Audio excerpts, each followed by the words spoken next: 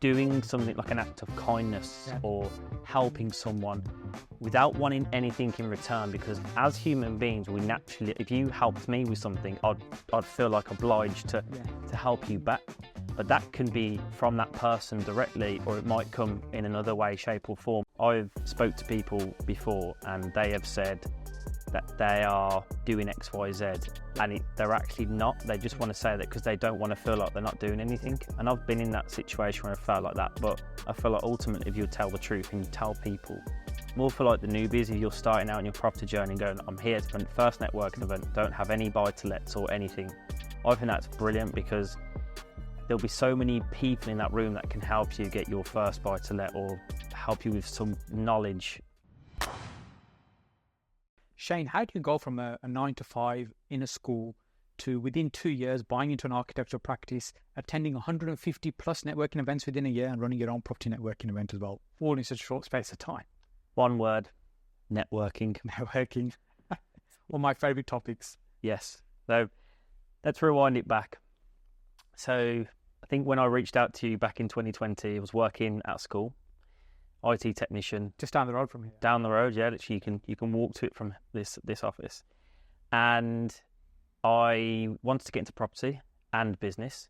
A few months before that, I'd returned from New Zealand, and during lockdown, I wanted to start to think about how I could start to earn some more money, because I'd always worked in schools before, pretty much minimum wage. Didn't really know where I wanted to go. When I returned from traveling, I was like, what do I want to get into? So I read the usuals, Rich Dad, Poor Dad's, How to Influence People, Richest Man in Babylon, all those sorts of books. I was like, okay.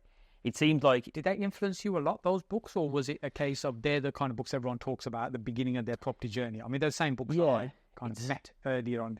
Yeah, it seems to be that's everyone's starter books, isn't it? And I think they are great starter books, because literally what I did, I was like, well, how can I be wealthy? Like, how can I be rich?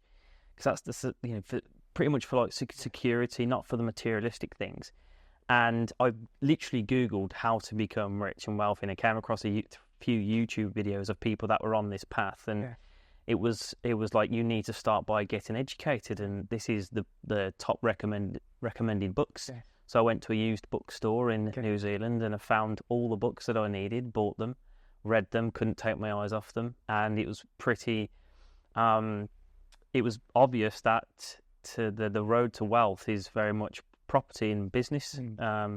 So I got a big interest in property development, and whilst I came home, needed a job, reached out to my old school. They gave me the job again to continue during, that was the sort of August 2020 into 2021, early 2021, and I very much thought, well, how can I get into property development, because that is what excites me the most. So I went online and found some property development focused networking events, and that was through a sort of property development training company, and they were doing something called White Box Wednesdays. So I'm sure people have heard of White Box, and every week they were putting on these free online networking events and just having guest speakers and talking about developments, and I just absorbed it, sat there like a sponge. I had my camera on, spoke to people, got involved, and then from there the host of the event said, when we get out of lockdown, we're looking to open up some in-person networking events, and we're looking for hosts around different locations. One of them being Birmingham, major city. So I was like, okay, this is my opportunity to be in front of developers and potentially get a developer to train me all things development. Maybe I can offer my time, because I didn't have much. The only knowledge I had was just reading books, watching YouTube videos, listening to podcasts. Didn't really have much money because I just returned from traveling. My connections, didn't really have any connections at all in the property space. I think my only connection in property was my nan, who did some flips back in the day. That's about it. Go on, Nan. Yeah, go on, Nan. It's better than me. So, yeah, the online networking events were great. They were looking for a host. I was like, okay, I need to meet lots of property developers. So what, are you naturally sort of extroverted, quite comfortable in front of lots of people, or so? That would probably scare most people to death, going from being on a Zoom meeting networking event to, I could maybe host a live one? Yeah, it's a great question, and I was actually quite scared, but it's almost like you have to be comfortable with getting uncomfortable, and if you don't, then you cannot progress. Yeah. So I was like, I have to do this to get where I want to be. Like the vision and the motivation to get into property was bigger than being scared. Yeah. So that's why I just put myself forward. Like the worst that can happen is they say, no, we need someone experienced to do it. And so I spoke to the host, had a private call with them, and they said, you can do it on the provision that you co-host it with someone who's done at least one development. Right. So that was my next challenge. Okay. To find a co-host. Find a co-host. Spoke to a fair few people. They all sort of liked the idea, but they said they either didn't want to do the work to set it up, or they were too scared. They like the idea of doing it, but they're too scared to speak in front of people. Yeah. And I guess, going back to your question about being an extrovert. So I still do it now actually, but I used to be like DJ quite a lot. Okay. So I guess that got me into that experience of performing in front of people. Even though I still, even now in networking events, I still now suffer a little bit of anxiety, but I've learned to overcome that. But I think it's natural as well. Yeah. You're standing in front of a group of people and everyone's staring at you. Yeah. I think it's good anxiety because it keeps you on your toes, but it's controllable. So I think I must be an extrovert. I must have a lot of energy for people. So I was scrambling around trying to find a host, and then I think about 2 months went by, and I was eating my dinner one Friday night, and I got a call out the blue about 7 p.m. and it's this chap called Steve Hammond. Yeah. Who's now my co-host, and turns out he was on the white boxes every Wednesday as well. I didn't know who he was. It was just this bald bloke, glasses, just sitting there. I didn't know. He's a really nice guy, by the way. Oh yeah, he was a really nice chap. So yeah, Steve, my co-host, he was sitting there, and he calls me up, going, "So Lloyd's give me your number, and I'm thinking of also hosting it. What's your thoughts?" We had like a 3-hour conversation. My dinner had gone way cold by this point, and he was almost grilling me a little bit. I think the reason why he was doing that because he wanted to make sure I was serious and not going to be a time waster. Yeah. So after the call, because it requires some effort to run an event. It's not easy. It's not walking the park for sure. Really not, and it's more than I actually thought originally. Absolutely. So I then arranged to meet him at his barn conversion site he was doing. Met him, I think, a week later. Then again, it was another sort of interrogation to a degree. We always liken it to that, and we joke about that. And it was just, he wanted to make sure that I wasn't going to waste time. I wasn't just going to quit halfway through. And by the end of the conversation, it was something like 8 p.m. And he was like, "Why don't you quit your job at the school? Come and work for me. I'll teach you everything I know, and we'll host the developers network together." Yeah. So I've just got this opportunity on this doorstep, but it would be going self-employed to him. Bear in mind, I've never met him before. So I spoke to a few trusted friends of mine that are in business, and they said, do it, because you've got nothing to lose, really. I mean, I've got a bit of savings. I was living with my mum at the time, so I had something to fall back on. Yeah. So I did it. I just, 24 hours later, I put my notice in and left the school. I think that's for many people, that's such a scary thought of leaving a comfortable environment to go create something that we maybe want to aspire to. There must have been some kind of burning desire that actually this is the opportunity. If I don't grab it with both hands now, I may not see another one like this. Yeah, it definitely was, because it's almost like I'd asked for this and I'd got it. It was my opportunity to work with a developer. Like, it was almost like my dream job at the time, to get into the world of developments and learn everything, and then host the networking event. So yeah, like, it was an opportunity I guess I couldn't refuse, really. So I ended up working with Steve for about 1.5 years. So I think it was May 2021 I joined Steve. Did the 1.5 years. We launched the Developers Network in October, so we had a lot of preparation to get it launched. The first event was really successful with the help of 𝗏𝗏𝗏𝗏. Yeah. So we had 95 people the first ever event, which was great. I mean, a lot of that was the national 𝗏𝗏𝗏𝗏 members that came to support, which was really good.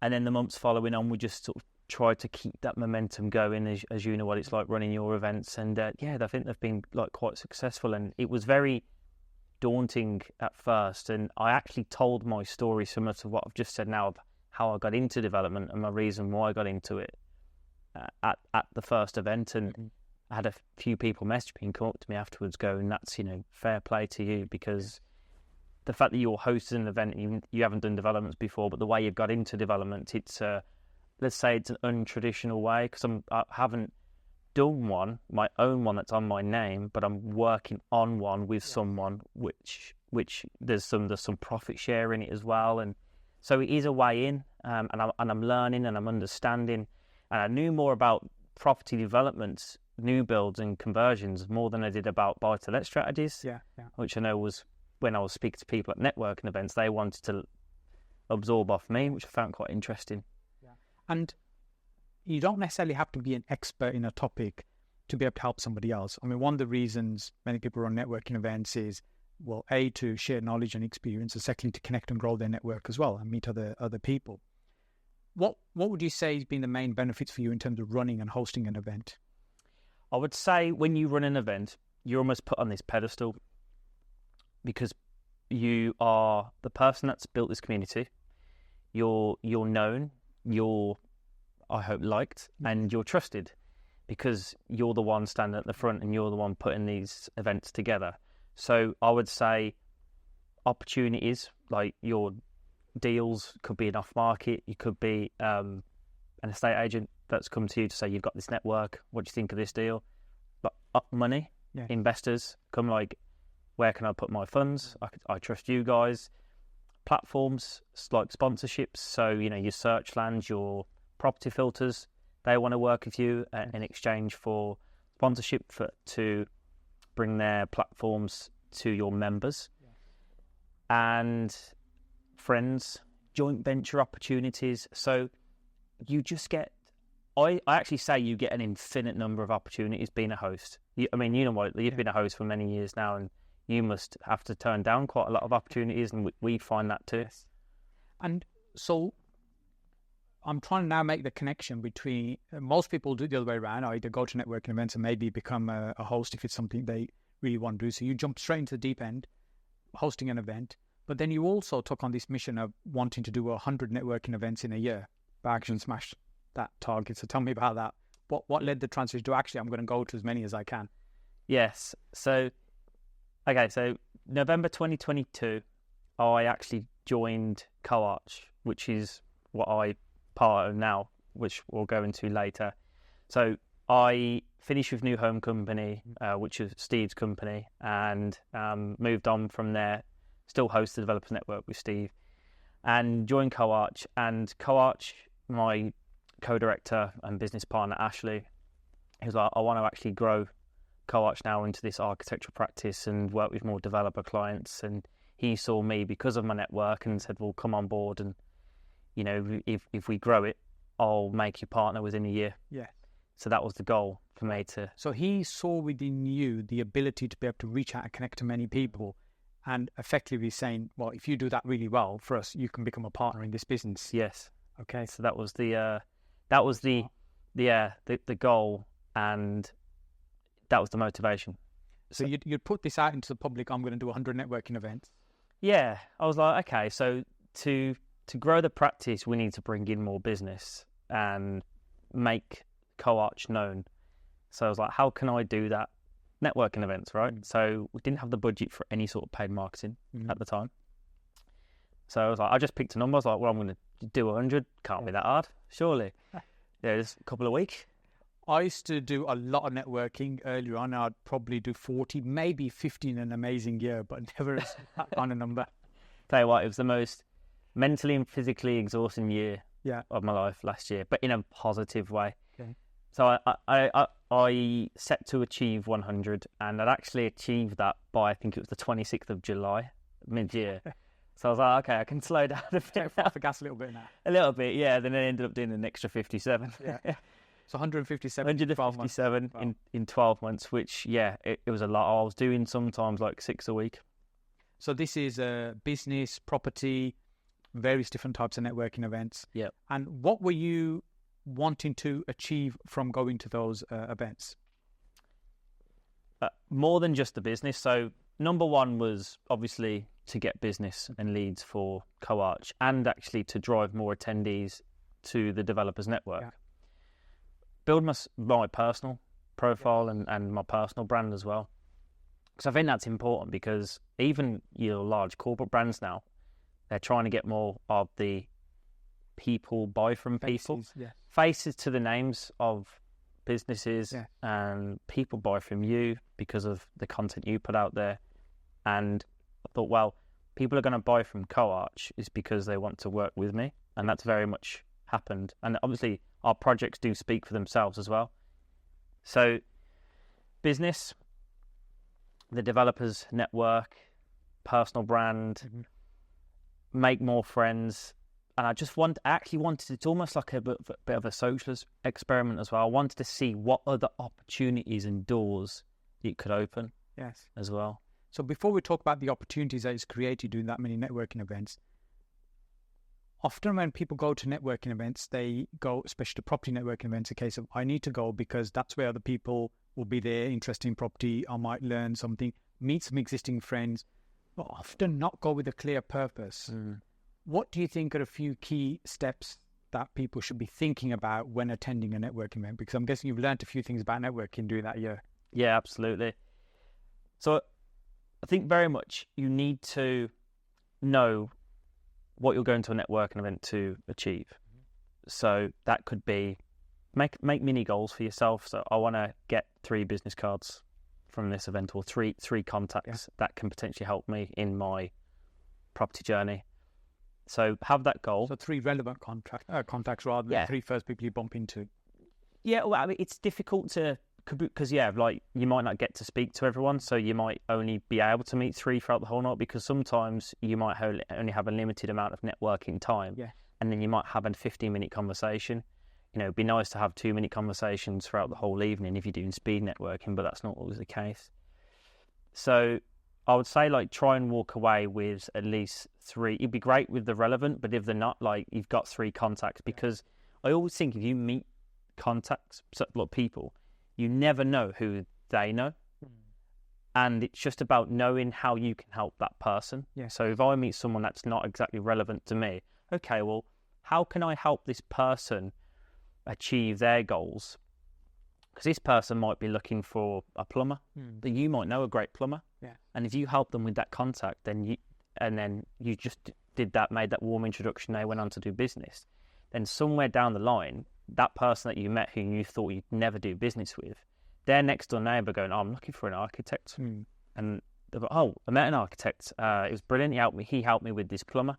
I'll introduce you. And that's what could happen. That's why I don't think I don't dismiss anybody that I meet. And that is so fundamental, I think, when it comes to networking, that our focus should be really on giving and serving rather than what's in it for me, what can I get from this situation. And I completely agree, the more people you can help and serve ultimately comes back. And as you just touched on, it's really reciprocity. People will feel more naturally towards wanting to recommend you because you've done something to help them. Yeah, absolutely. Like, the law of reciprocity was a huge thing for me last year. So I think it was about a quarter way through the networking journey last year, I realised how powerful the law of reciprocity is. So for anyone that doesn't know what the law of reciprocity is, it's doing something like an act of kindness or helping someone without wanting anything in return. Because as human beings, we naturally, if you helped me with something, I'd feel like obliged to help you back. But that can be from that person directly, or it might come in another way, shape or form, like that scenario that I mentioned about the next door neighbour recommending, because it will come back like that way. And the more people help each other people out, the more it comes back round in other ways. And it just is continuous way of helping people out. And it's just one of the best ways where I've found that's worked for me, by just and people are actually quite surprised when I ask the question. So when I meet people at networking events, I'll let them speak first. I'll ask all about what they do, because let's be honest, as human beings, we love talking about ourselves naturally. And then I'll ask, okay, brilliant. So who are you looking to meet? Like, how can I help you?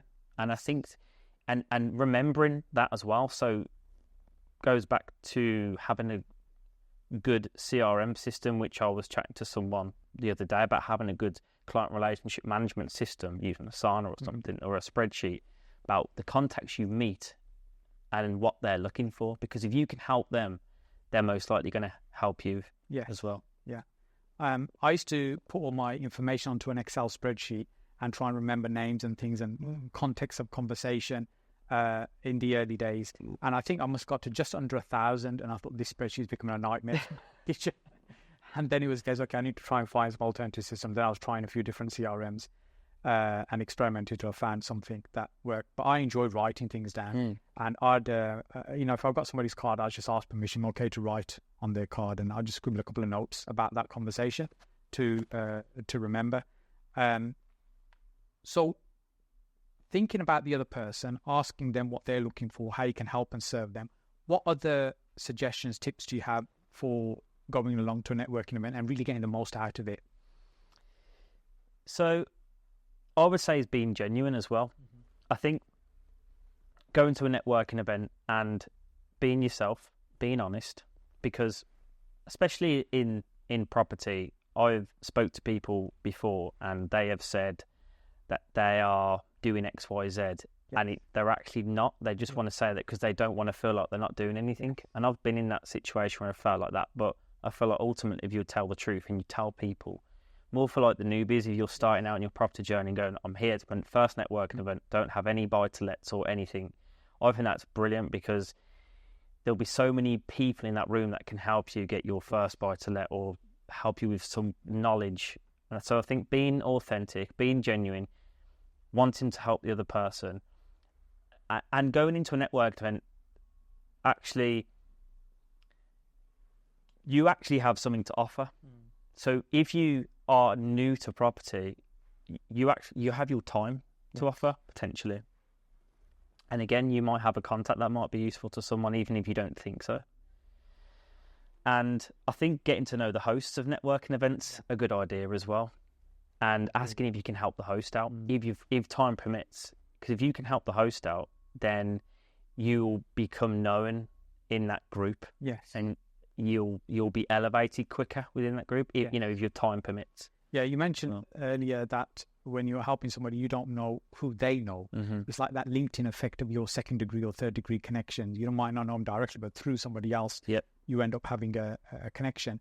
And often the host is the most networked person in the room, or the most connected person. And if you're building a relationship with them, you're opening doors much, much quicker. Absolutely. Yeah, because the host ultimately should know everyone, all the regulars, and then the newbies that come in. So I make a conscious effort. So when new people come to my networking event, I will, when I see them come in, I'll go over, shake the hand and say, is it your first time here? Brilliant. Who are you looking to meet? Let me introduce you. And they go, just here to network, want to meet anybody. Then I'll just find someone that I do know, like, oh, Dan, come over here, come and meet so-and-so. It's their first time. Come and meet each other. And then away they go. Or if they're looking for something like, I'm looking to raise capital on my development. Okay, perfect. So-and-so's here from Grand Union Finance. Come and chat to Sam. Yeah, and then pair them up. And I think that's what makes a good host, is you do it as well. I've seen you do it, and you're like, oh, you should go and speak to so-and-so because they will help you. And that will make that network event more memorable for them then. And they'll want to come back, like, oh yeah, that host was great. They helped me out loads. And I think that will not only elevate you but you don't even have to be a host to do it. If you go to a networking event regular, or you bump into someone that you know, and then you meet someone at that event where that person can help them, just go over and introduce them. Make that warm introduction.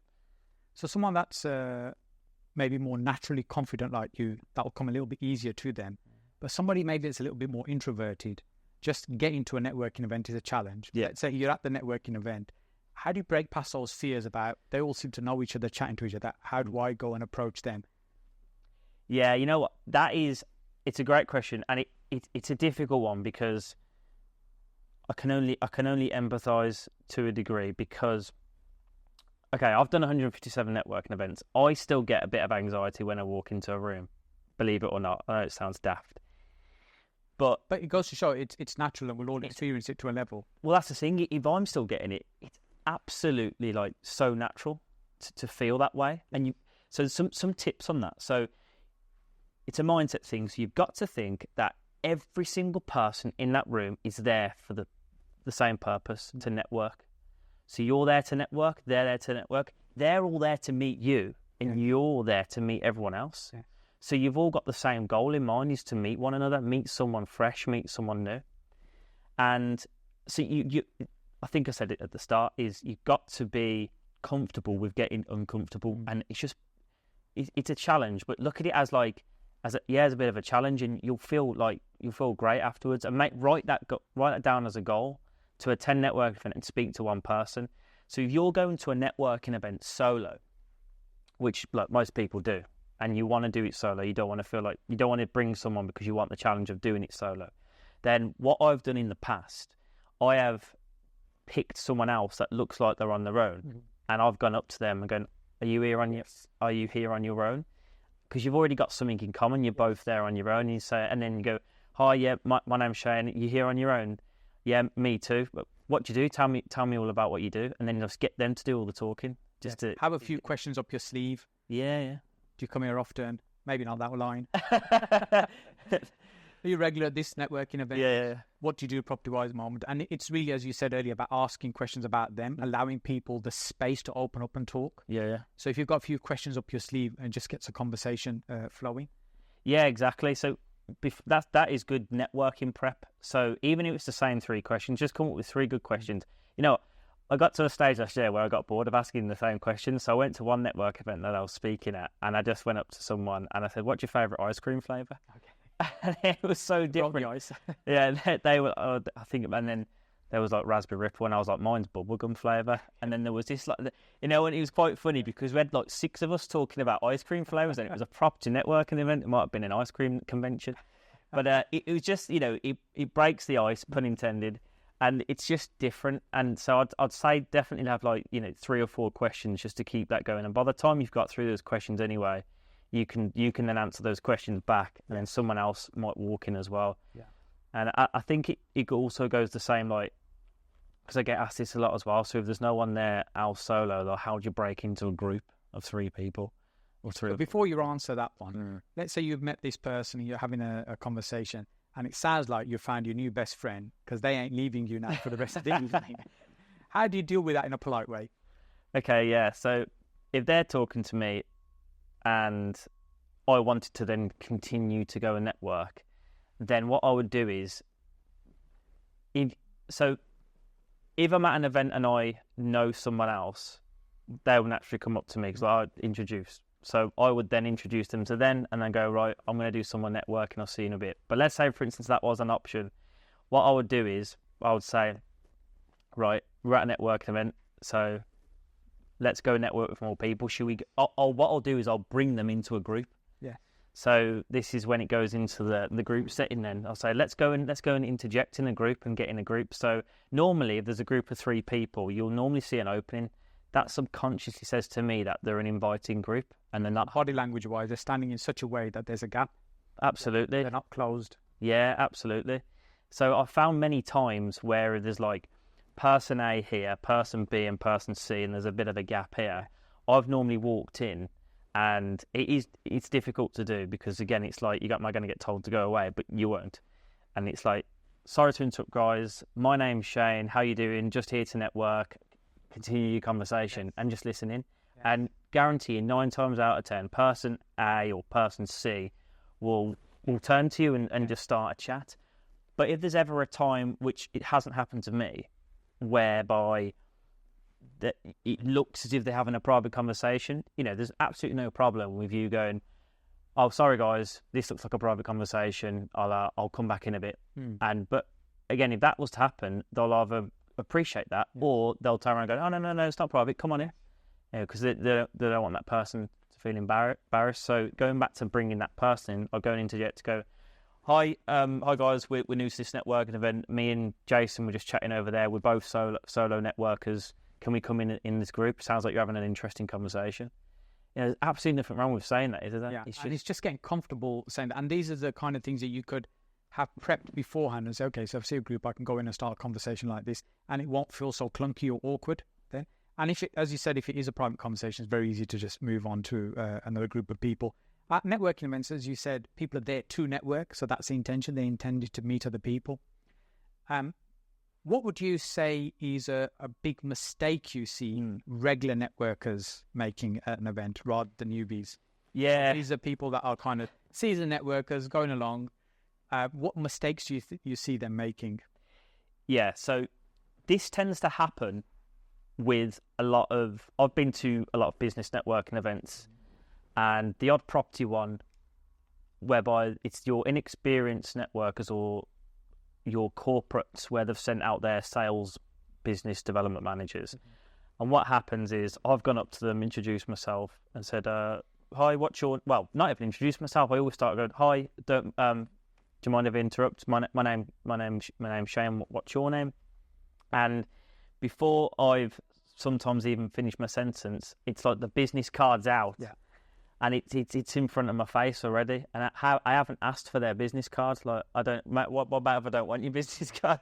I do want your business card, but it's like, let's warm up the conversation first. Like, let's tell each other what we do, because normally what I think is a great conversation to have, how a good conversation should go, is you walk up to the person, you ask what their name is, ask what they do. They will hopefully reciprocate that. You say what you do, what your name is, and then at the end of the conversation, or nearing the end, you're like, "Have you got a business card? Let's catch up afterwards. Let's grab a Zoom or a coffee." Whereas in that scenario, it's like then you've said your name halfway through your name, and it's like, "This is what I do. Here's my business card. Drop me an email." It's like I think it's rude, actually. Yeah, I think it's rude. I'd heard it described to me as a confetti-style networking once. I was mentioned to you earlier. I love that. Is when people are just going out giving cards away like this, like confetti, just chucking them around. And most of the cards are going to end up in the bin. People are unimpressed by that.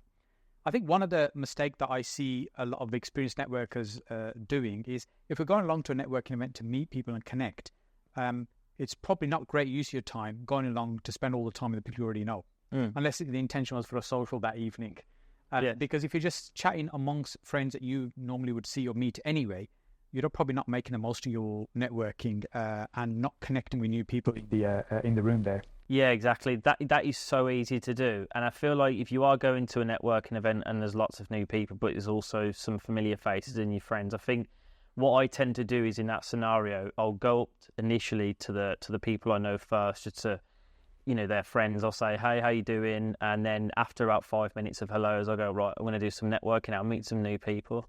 And it's totally polite to do that. And then, go off and meet. But yeah, it's easy to get sucked into the trap of you go to a network event, speak to the people that you know the whole night. And actually, it's like, I wouldn't say it's a waste of time. It depends how well you know them, because it's still relationship building. And it's also like, you should always be keeping in touch with the people you know as well, because people sometimes forget what you do, or forget the business you're in sometimes, or forget what you're looking for, and vice versa. Occupying that mind space, so you're at forefront of mind when they're thinking, think of Shane, you were talking about some design stuff and want to speak co-arch.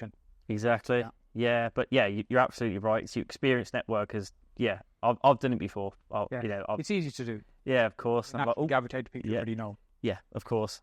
So what's your thoughts on quantity versus quality? So would you go along to try and connect with as many people as possible, or connect with a fewer number of people that actually have more meaningful and deeper conversation? I like where I can have more of a deeper conversation with someone, because it goes back to the know, like, and trust. You're building a know, like, and trust quicker by having longer time with that person. I think, so I'm not a fan of speed networking. It's fun, but I'm not a fan of it, because it's pressured to say, it's almost like it feels rude, even though its purpose is there. For me, it feels too rushed. It's rude. I've forgotten what the person said, and it's like name what you do, and then it's the next person. Then your bell goes off, and then you have to go to, and it's fun, and then you can have your conversations after. I get its purpose, but I'm not a massive fan of that. So I would say meeting people, having a longer time with them, and getting to really know what they do. But all events have their purposes. So like for someone like your Saj, I get round to quite a lot of people. In it's 50 people, right? So I get round. We have it in this building. Yeah. So when it's in this building, I get round to quite a lot of people, and they're great because you get to speak to lots of new people, and you can get round. Whereas I've been to other events, and there's been like 100, 200, and you do get round to lots of people, but it's almost like it's too big, you know, and you can't get round. You can't get round. An event that size, you'll meet a lot of people, but you certainly won't meet everyone. Yeah, it's true. And I like when you go for dinners and things like that. They're like good events as well. When you get like a dinner afterwards, so you have your dinners, and I'm guessing there's been some really good relationships and connections that have been made from that. Yeah. So we tend to do like a VIP experience. Yes. And so the VIP people go for dinner afterwards as well, and so you get to spend a little bit more time with those people who essentially ask for a little bit more time. Yeah, exactly. And I think both quality and quantity have a place in networking. I've tried both over the years, and I've done both. With the quantity one, it's really right. I need to just meet as many people as I can, brief conversations, and with a view to follow up, because that's the key. If you just collect the cards and stick them on the desk when you get back, and they just collect dust, that's no use to anybody. But as long as you are following up with those, that's a key thing. So on those sort of conversations, I quickly try and get to the bottom of what's the one thing that would really help you in your business right now? Yes. And I get them thinking about what is it that they really need, what would really help them, and then think about, okay, how can I connect to them with somebody else that might be able to help? What can I do to help them in that situation? And then if I think I can help them, then I'd arrange, okay, can I send you a message tomorrow? We'll arrange a call, or we'll just do it then and then, depending on kind of situation and time frame. So then for me, the objective is just to try and get around to meet as many people as possible with the intention of following up some of these the following day.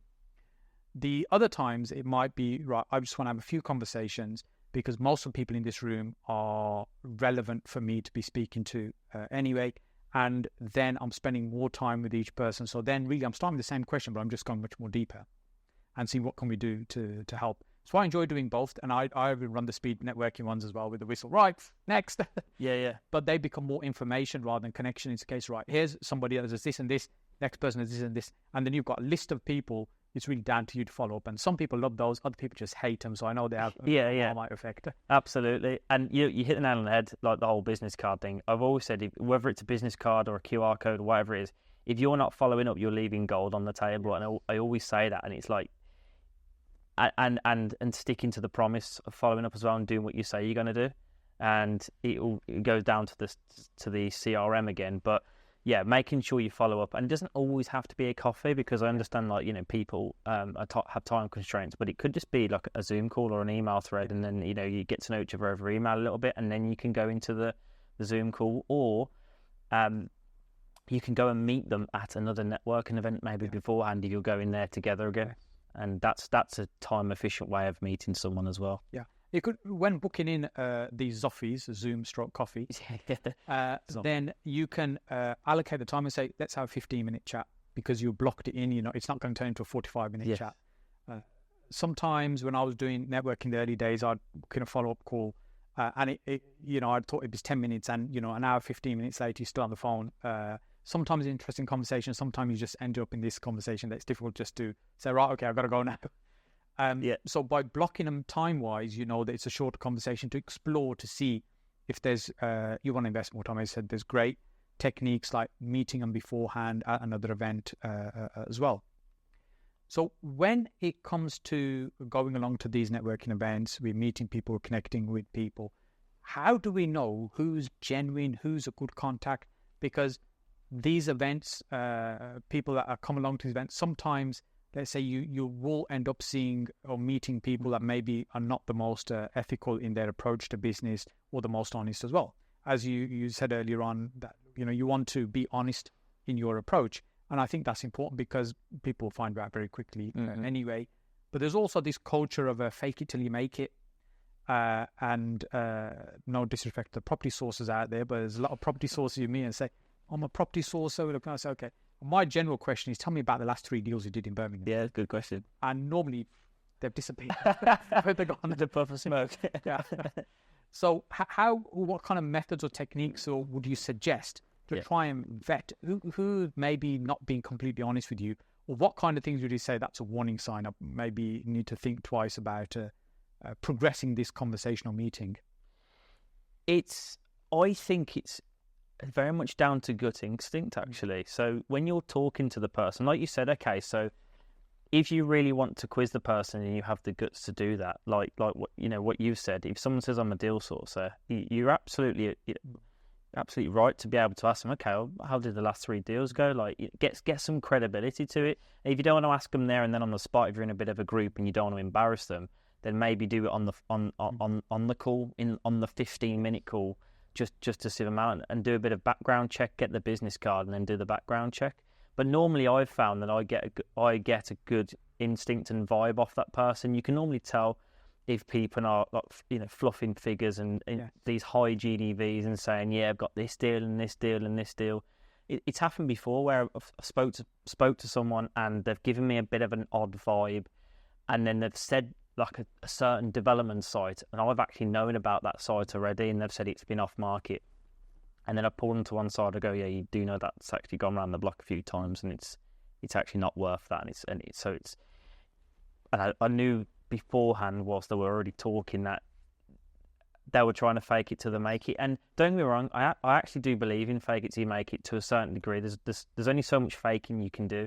You could almost say that I did a little bit of that to get into it. I mean, I've never said I was a property developer. But people used to ask me, are you actually developing your own properties? I say no, but I can talk about property development. I understand it. I know how to pull a team together. I know who needs to be on what section of a property development. So you could say maybe what I was portraying on social media like I wasn't it, but I never said I owned it. So to a degree, I understand why people do it, because they want to have that credibility. To maybe do some business or to get their foot in the door, or you got to start somewhere. Yeah, because I think one of the easiest ways to do that, as you did, is to align yourself with somebody that's doing the things you want to do, and rather than fake it till you make it, which is a term that I'm not really that fond of.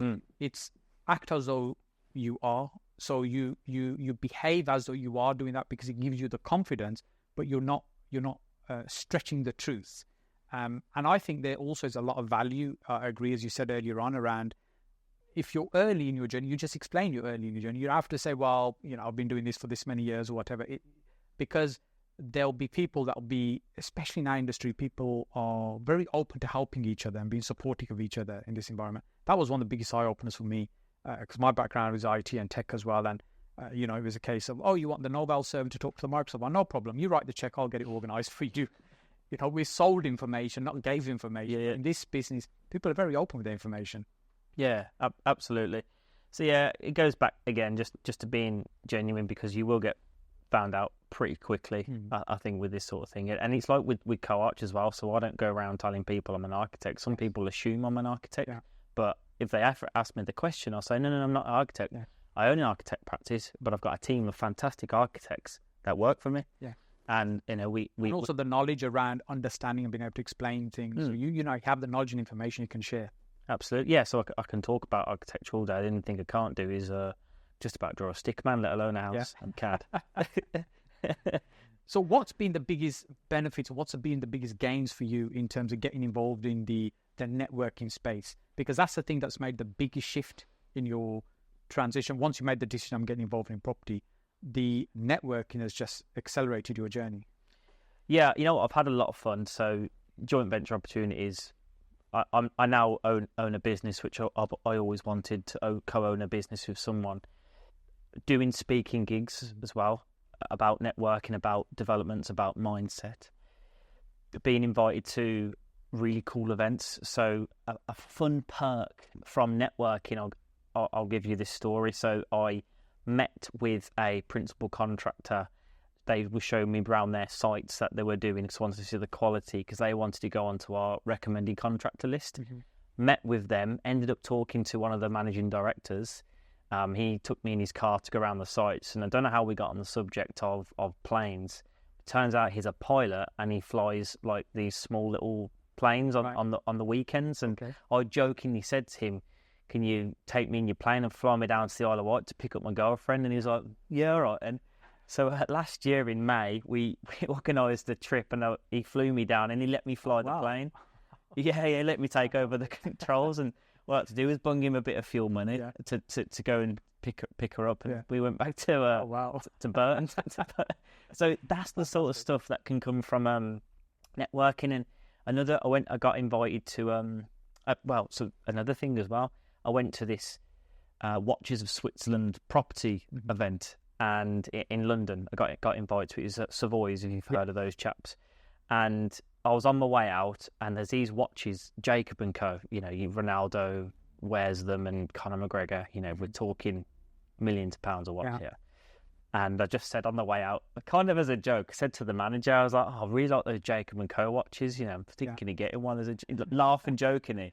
And he was like, "Oh, well, do you like them?" I was like, "Yeah." I said, "I really love them. I think they're gorgeous." And he was like, "Well, take my card. We're having an invite-only event in July, late this year, for the launch of the 𝗍𝗲𝗍 50th anniversary watch 𝗏𝗃𝗁 are doing." Wow. I was like, "Oh, brilliant." Okay, so I dropped him an email. Didn't hear anything of it. I dropped him an email in like February. And I thought, oh, he's looked at my LinkedIn. Yeah. He thinks I'm a loser. Anyway, come like, what was it, May? He sends me an email going, "Invites are open now.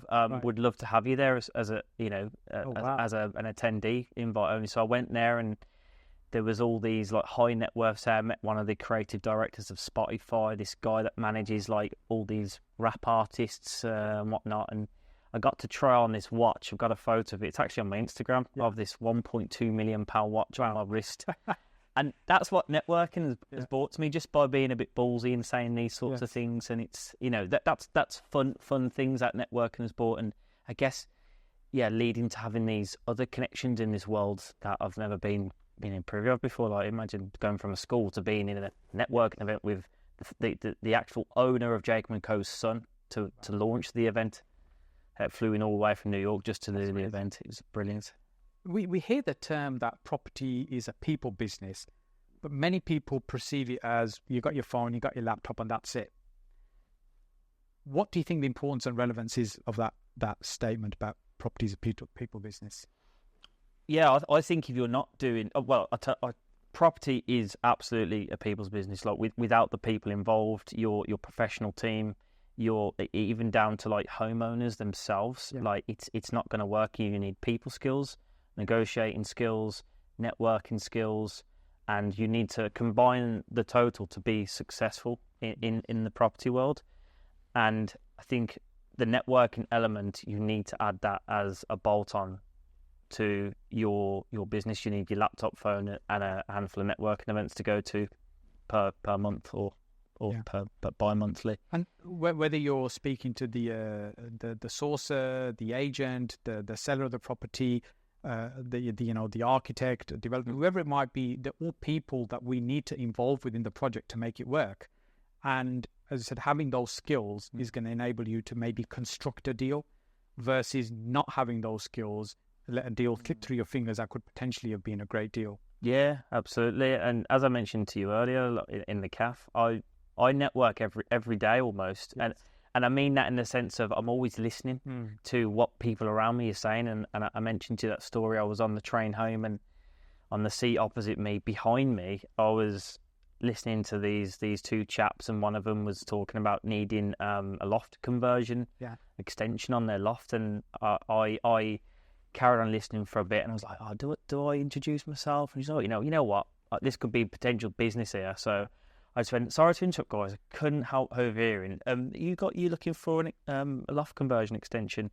And he was like, "Yeah, I am. We're just looking to get some quotes." And I was like, "Well, hi, my name's Shane. I co-own an architect practice. Couldn't help but overhear.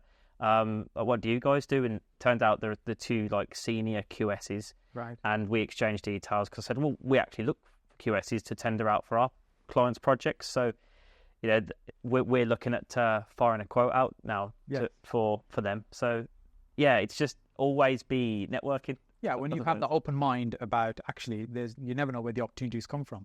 And when you're looking for deals, which we should all be in this business, there's no one source that's going to generate them all for us. The more sources we have of conversations, connections, people that potentially could better generate some leads. And we were talking about this before we came onto camera, about having multiple lead sources. And a lot of it is through people and networking and connections that we have. Always, yeah. So not only through networking, people that you know, people that you've worked with in the past, people that just know you're in property. You're quite prolific on social media as well. People will probably message you saying they've got deals. Estate agents you've worked with in the past, your professional team might hear of something of their auntie selling a house, and it's like you never know where these leads are going to come from. So that's why I think you need to know as many people as humanly possible, and tell everyone what you do, because that's going to drop. That's your leads as well. It's like that's something that gets forgotten about. Yeah, we've got the direct to vendor, we've got the platforms, but the more people you know, the more potential leads are going to come through your door throughout the course of your career. And you touched on earlier the importance of social media and your presence on social media and the presence we should have. That kind of leads on nicely from the networking, which is literally face to face. You're meeting people in the in the flesh. And then what is the relevance, the connection of social media, the importance? Where does that really fit in? Yeah, well, it bolts onto the credibility. So people know you in person, but what are you doing online? I think having that online presence, because it's happened a lot whereby I've posted lots of things on social media, stories or lots of posts on Instagram, and I've gone to a networking event and they're like, "Oh, Shane, nice, Shane, how you doing?" And I'm like, "I'm really sorry. I'm normally really good with faces. Have we met?" And they're like, No, you've never met me, but you're everywhere on social media." Yeah. And I think that's quite nice. It's nice to hear that they've already seen me. They know what I do. They like what I do. So I think you definitely need to be on social media, and it's important if you want to grow your personal brand, and your business as well. Because people are watching, even if there's people out there that will never like your stuff, they'll never comment on it, but they're watching, they know what you do, and they know how you act, and they know what you like. And they'll be at networking events, and it's happened at your events, Adrian. I've been, and people have come up to me and I've seen you on social media. You're the All Right Investor, aren't you? You're Shane. You're that networking idiot. Yeah, it's happened before. So I think, again, having a good social profile as well, quality, like having a good professional profile on LinkedIn, being engagement, and I get it. It's another thing you've got to do. It requires work, but yeah, just having that on the side as well, and keeping up appearances on there is as important as going to networking events and leveraging them too. Yeah, and it's another form of networking. Effectively, it's virtual networking. And understanding the platforms are slightly different in terms of the expectations. Not everybody necessarily wants to see what you've had for breakfast, lunch and dinner every day. So sharing, your journey, what you're doing, your challenges, your successes, kind of being open in that way, I think is a great way to meet and connect with more people. As you said, it's not just about posting as well, it's about engaging in the content. And you'll get messages, which is very similar to the network. We talk about your conversation, virtual conversations, and start in that way. Yeah, definitely. You must get lots of messages as well, and I'm always kind. I always reply as to as many as I can, and I've found before when I've replied to people, that's when they might not even have a profile photo, and then you've met them at an event, and you're like, and they said, "Oh, I've been speaking to him." Like, "Oh, sorry, I didn't." And I said, "Oh, what's your profile?" And I've looked, go, "Oh yeah, we have," but I didn't know it was that person. That's what I'm saying. The profile. Yeah, it's always a cat or a picture of their breakfast or something, their proud meal. Because sometimes if you're dismissive of someone on social media, you might meet them at a networking event, and they might come up to you and go, "You didn't reply to me." It's a bit embarrassing. Yeah. So that's why I make a conscious effort to reply to everyone, allocate a certain time in the week to do that. To get back to people. Yeah, because you never know where that might lead. For all I know, that's someone that's got a blank profile picture, 2 followers, but their net worth 10 million quid. Yes. Yeah, and it's not necessarily obvious when people are looking to invest and they've got sizable amounts of money. What they're doing is trying to suss you out as well, how you are and how you're behaving. Yeah, absolutely. So yeah, I'd definitely say don't dismiss anyone on social media, and it is another form of networking as well. It is messaging people and just reaching out to people. Shane, this has been a fantastic conversation. One of my favorite topics, networking. What's the best way for people to reach out and connect with you? Sure. So on Instagram, it's Shane M Trainer. Used to be the All Right Investor, not anymore. So Shane M Trainer. It's still an all right investor, though. I'm still the All Right Investor, the average investor, as Steve calls me. And then just Shane Trainer on LinkedIn. Trainer is spelled TRAYNOR. And I'm not on YouTube yet, but the main platforms for me is Instagram and LinkedIn. Excellent. Shane, thank you so much. Pleasure. Pleasure to have you on. Thanks so much.